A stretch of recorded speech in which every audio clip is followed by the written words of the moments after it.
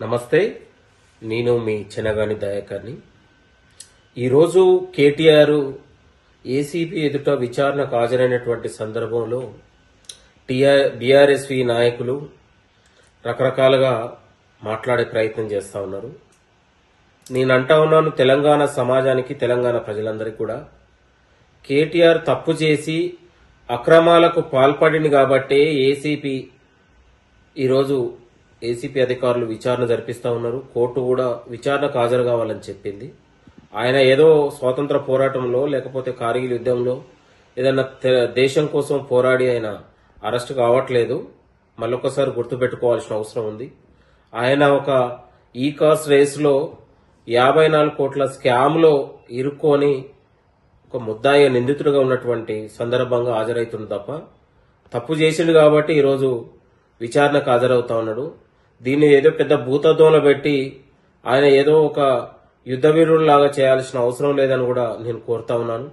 తప్పు చేసిన వాళ్ళు ఎవరైనా కూడా చట్టానికి అతిథులు కారు. చట్టం అనేది అందరికీ వర్తిస్తుంది.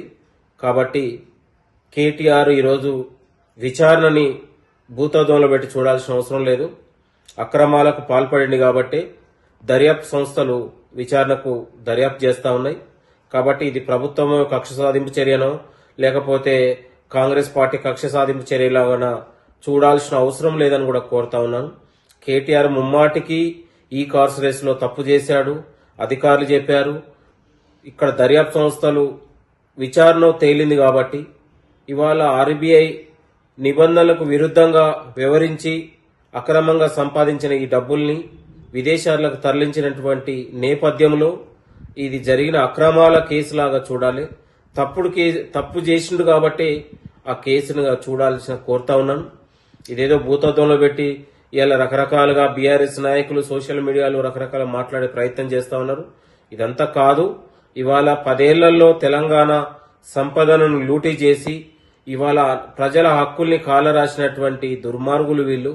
కాబట్టి ఇలాంటి వాళ్ళు ప్రజలకు అరెస్ట్ అయితేనో జైళ్లలో పోతేనో తెలంగాణ సమాజానికి ఒరిగేదేంది లేదు, వీళ్ళేది ఉద్ధరించింది కూడా ఏం లేదని కూడా కోరుతూ, తెలంగాణ పేరు మీద లాభపడ్డది కల్వకుంట్ల కుటుంబం అని కూడా ఈ సందర్భంగా గుర్తు చేస్తూ, ఇవాళ విచారణకు చట్టం ఎవరికైనా చట్టం చట్టమే.